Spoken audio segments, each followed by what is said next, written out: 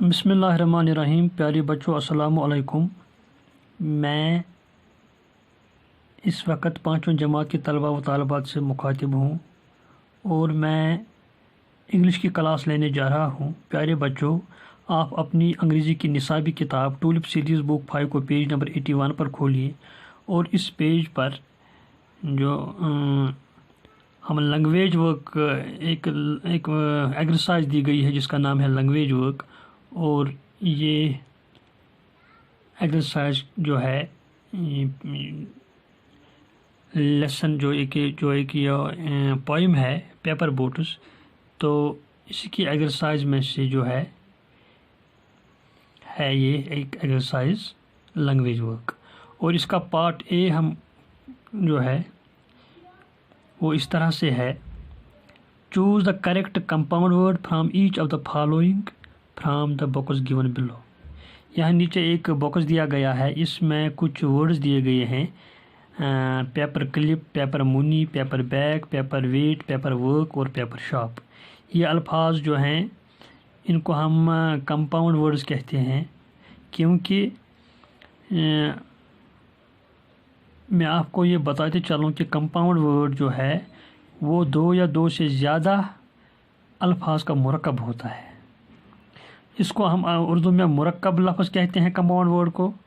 यानी एक compound word में जब हम उसको स्प्लिट करते हैं तो एक कंपाउंड में दो या दो से ज़्यादा भी वर्ड्स हो सकते हैं, और जब हम उनको अलग अलग करते हैं, अलग अलग वो उनकी मीनिंग जो है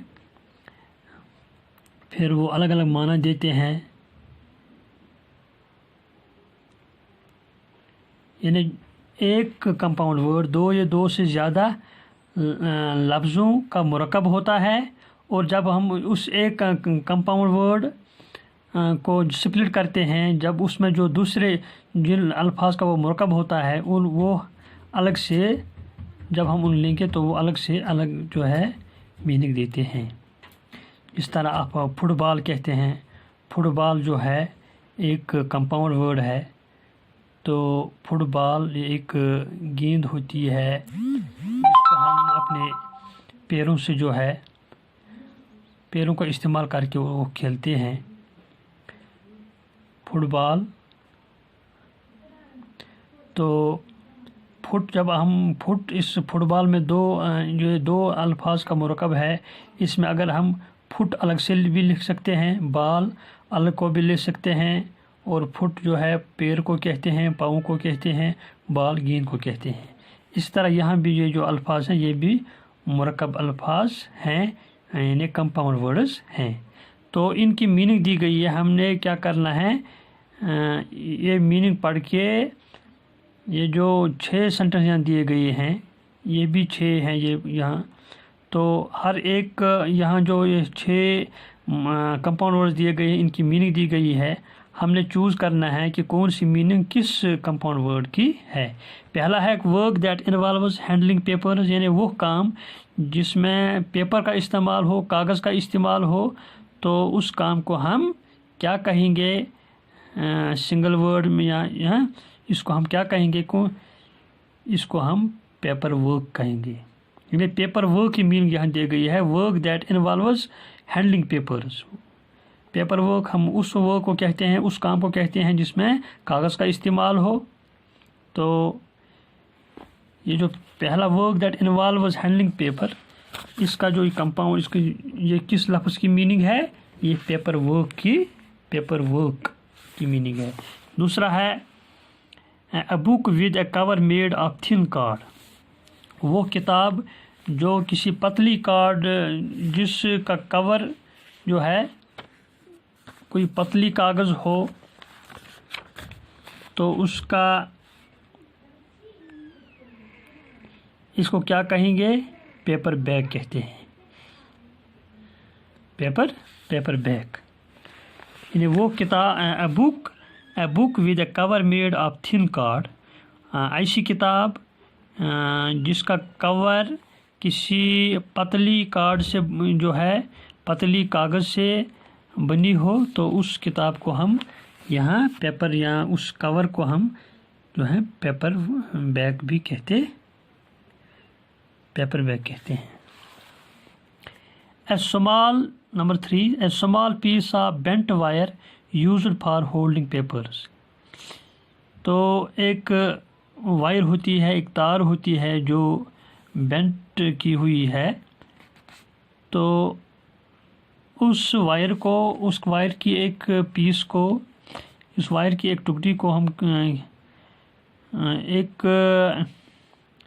یعنی a small piece of bent wire used for holding papers، یعنی ایک تار جو ایک تار کا وہ ٹکڑا جو بینٹ ہو، تو وہ جو ہے پیپر کو پکڑنے کے کام آتا ہے، تو اس وائر کو ہم کیا کہیں گے؟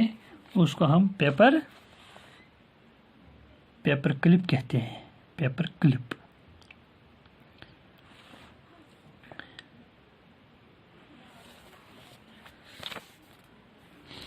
اسی طرح ہے money in paper from rather than coins. یہ جو پیسے ہوتے ہیں ان کے سکے بھی ہوتے ہیں، کوئنز بھی ہوتے ہیں، اور کاغذ کا بھی استعمال ہوتا ہے. تو وہ پیسے جو کاغذ کے ہوں، جن میں کاغذ کا استعمال ہو، کوئنز نہ ہوں بلکہ کاغذ کے ہوں، تو ہم ان کو کیا کہیں گے؟ ان پیسوں کو جو کاغذ کے ہوں تو ان کو ہم پیپر مونی کہتے ہیں.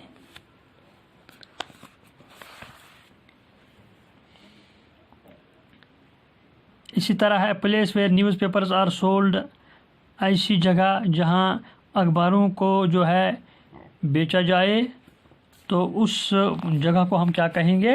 پیپر شاپ، یعنی وہ دکان جہاں، یعنی اخباروں کی دکان جہاں اخبار بیچے جائیں. اسی طرح ہے a small heavy object put on papers put on a small heavy object put on top of pieces of paper to keep them in position.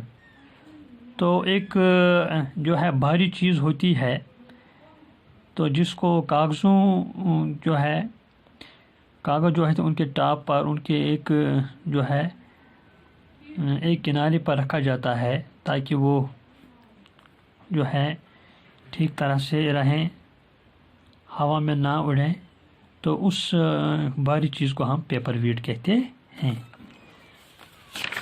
اسی طرح ہے اس کا part B, match the words in column A with their opposites from column B. یعنی column A میں کچھ الفاظ دیے گئے ہیں اور ان کے اپوزٹس کالم بی میں دیے گئے ہیں، لیکن وہ جو ہے ان کا ارینجمنٹ ٹھیک نہیں ہے، ترتیب سے ان کی جو ہے وہ اپوزٹ نہیں دیے گئے ہیں. تو ہم نے چننا ہے کہ کس لفظ کا اپوزٹ کیا آئے گا. پہلا ہے یہ جو کالم اے میں ہے بیک، تو کالم بی میں ہمیں اس کا اپوزٹ ڈھونڈنا ہے. بیک نہیں، یہ بیک نہیں ہے بلکہ بلیک ہے. بلیک کالے رنگ کو کہیں گے، تو بلیک جو ہے اس کا کالم بی میں ہم نے اس کا آئے گا وائٹ. بلیک کا جو اپوزٹ آئے گا، اس کی ضد جو ہے یہ ہے وائٹ. بلیک کا اپوزٹ وائٹ آئے گا. اسی طرح ہے LIVE، لیو زندہ رہنے کو کہیں گے. تو جب کوئی چیز مر جاتی ہے تو اس کو کیا کہیں گے؟ ڈائی. لیو کا اپوزٹ ہے ڈائی، DIE، لیو ڈائی. اسی طرح ہے سٹرینج کسی اجنبی کو کہیں گے جب کوئی جو ہے ایسا شخص ہو جس کو ہم جانتے ہوں گے، تو اس کو انگریزی میں ہم نون کہتے ہیں. سٹرینج کی میننگ جو ہے نون. سٹرینج کوئی اجنبی، کوئی غیر جس کو ہم پہلی بار دیکھتے ہوں، اور جس کو ہم جانتے ہوں گے، تو پہلے سے ہی اس کو ہم نون کہیں گے، KNOWN. اسی طرح ہے یعنی سٹرینج کا اپوزٹ نون آئے گا، اور